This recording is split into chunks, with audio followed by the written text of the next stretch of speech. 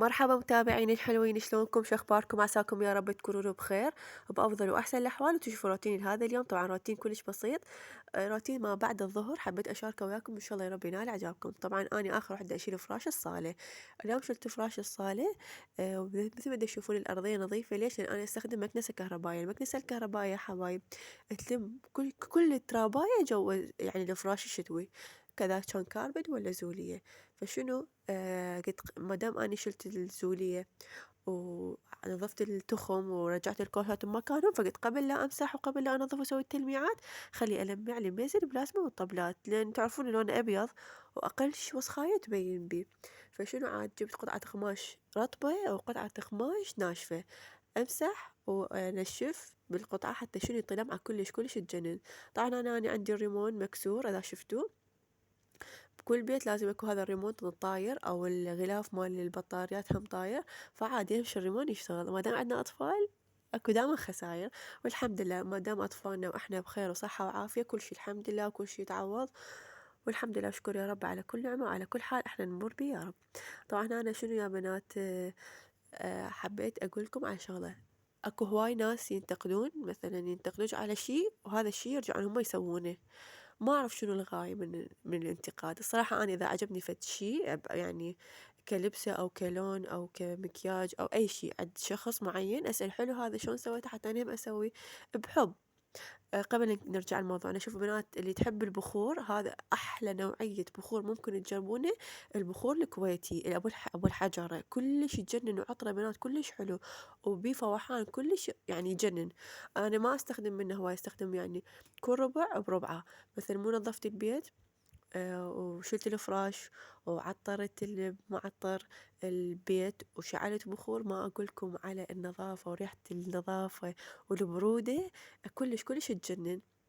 وأنا علقت البخور آخر شي و... ويعني الجو أو البيت من يكون نظيف راحة نفسية ما بعدها راحة. فبنرجع لموضوعنا. أنا مرات من يعجبني فد غراض ببيت أحد ما شاء الله تبارك الرحمن حلو، من وين إيش قد سعره؟ إن شاء الله أشتري منه بالعافية، إذا لبسه إذا أي شي. أكو بعض ينتقدوش مثلا هاي ليش حاطة فلان شي ببيتك يا مو حلو ما أدري شنو، ورفتها تلقي نفس الشي محطوط ببيتهم. هاي يعتبر غيرة أو يعتبر إنه فزلكة، يقعدون يتفزلكون براس الواحد. ما أعرف أنت مريني فيك موقف ما تسألون هاي مثلا تم شلون طبخته؟ مثلا أقول له أنا بس غسلته وحمسته بالجدرية، يلا ضفت له المي والبهارات وهاي السوالف. راسا يقول لا نشا ما أعرف شنو، مثلا ليش مسوي هيجي؟ أقول أنتوا طلبتوا مني الطريقة وأنا أعطيتكم طريقتي، يعني مالي دخل بأي شي يعني ثاني. فنرجع نقول كل من وذوقه ونسيته. فهنا مثل ما تشوفون أنا نظفت غرفة البنات ومسحت أرضيات البيت كلها. حبيت أشوفكم هذه المدة أو الإسفنجة مال الألعاب بنات كلش حلوة مضغوطة. إذا عندكم أطفال مثلا يلعبون بيها عليها يعني حتى ما يتأذون نفس الوقت، حلوة حتى بها مقياس الطول. قصنا طولنا أنا وبناتي، وشوية مالت الجو يكون شوية بارد من نشعل بنكة أو مبردة، فالأرضية تكون باردة فخطية دائما أحط الماء حتى يلعبون عليها. طبعا أنا هذا النبق بنات جيل هذا الوقت كلش يختلف عن جيلنا بمراحل. احنا كان عندنا السناك مالتنا النبق والتوكي والآلو، وهاي خصوصا الأشياء اللي نلقاها على طريقنا نروح للمدرسة. بناتي أكل النبق اثنيناتن ما حبنهن أبد اثنيناتن قالوا ماما مو طيب. قلت لهم والله انتو جيل بطران من الصراحة، احنا كنا نموت على هاي الأكلات خصوصا النبق يعني طعمه طيب. والتوكي اكو نوع يعني الحلو والحامض.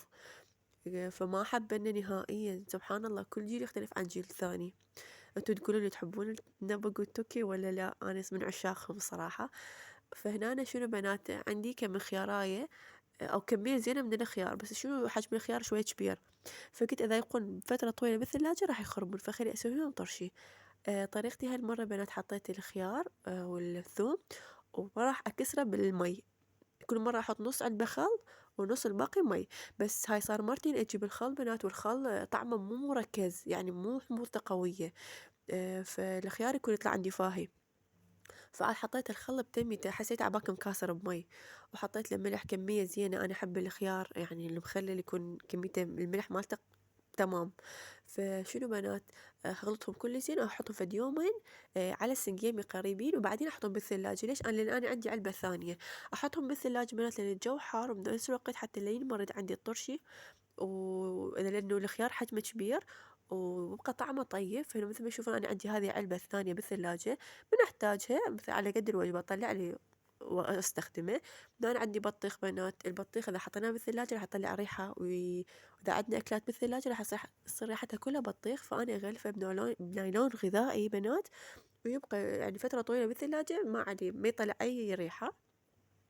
وحتى بعض الأوقات إذا كان عندك كمية كبيرة من الليمون ولا الخيار ولا أي نوع من الفواكه والخضروات، غلفوهم بنايلون غذائي يعني على انفراد كل واحدة واحد، وحطوها بالثلاجة ما عليهم شي يعني فترة طويلة زينة.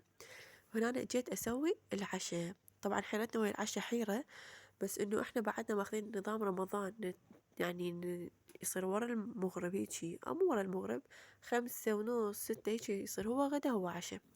فحرت شنو أسوي شنو أسوي، والله لي حاير عبدة. طبعا قبل بيوم جبنا دجاجة مشوية محشاية، فبقى ما شاء الله تبارك الرحمن الدجاجاية كلش كبيرة، فبقى منها الصدر وشوي من الفخذ.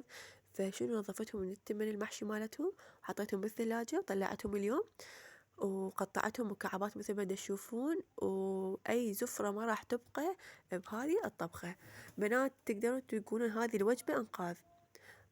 قطعت الدجاج وفلسته مثل ما تشوفون، وأني على الطاوة بنات، الطاوة دي حاطة بيها دجاج مو دجاج طبعا. إذا تسمعون صوت عالي هاي مو أنا، هاي جارتي الجواية. طبعا هواي تسألوني عليها بعد، هي يعني الله يلهيها بله، بس أقول لأن كل تسوي مشاكل وإحنا متجاهليها.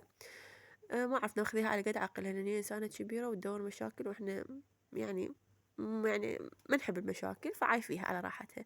فالطاولة الثانية حاطة بيها بتيتا مكعبات، وهذه الطاولة بنات حطيت بصل ناعم حد ما ذاب، ضفت فلفل، وضفت الدجاج اللي قطعته أو صدر الدجاج أو بقايا الدجاج، وضفت شنو بنات طماطاية واحدة صغيرة مقشرة يعني، وقطعتها هم ناعم. وحضيف البوتيتا هماتين أكيد بعد ما ذبلت الطماطة.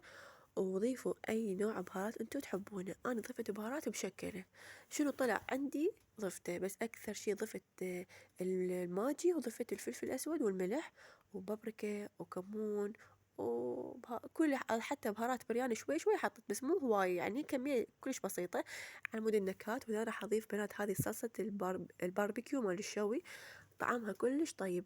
يعني أنا شنو عندي أضيفه. وحتى ردت أضيف مايونيز أو كاتشب، حسيت إنه لا هذه الصلصة كلش كافية.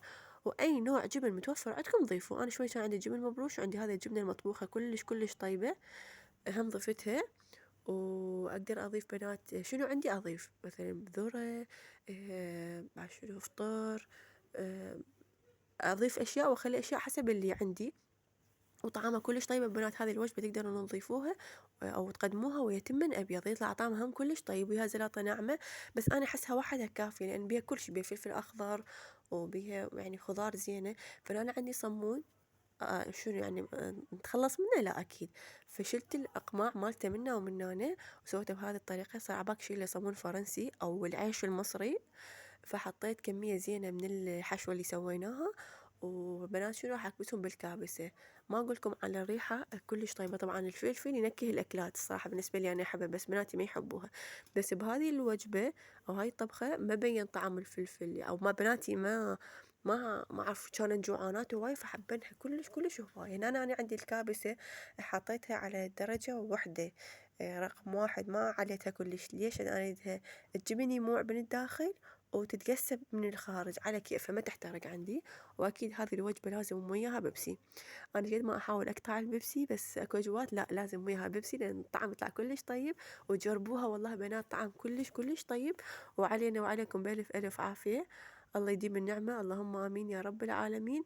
وهنا أنا بنات بعد ما كملت عشاء وشوية ارتاحت، وقرينا أنا وماني وارتاحين وخلصنا. نانا صديقتي دزت لي مي زمزم، والدها جاي من العمرة، وذكرتني الله يعطيها الصحة والعافية، ورب إن شاء الله يرزقني ويرزقكم حجة بيت الله، عمرة أو حج. المهم نروح نشوف بيت الله. فهنا جابت لي مي زمزم، وعجبتني بنات الصراحة التوزيعات. هذا العطر بنات الصغير عطر مي ورد، والبخور هماتين بخور عطره مي ورد. بالعادة دام الحجاج يجيبون اكو ريحة صراحة أنا ما أحبها، وأنا ما عبالي إنه هذا بخور، عبالي يعني مسك. بس الصراحة عجبوني كلش هواية. وهنا بنات البخور قالت لي إحنا أو أني من جربته آه، حبيت ريحته وبي يعني فوحان. أنا من نوع كلش أحب البخورات.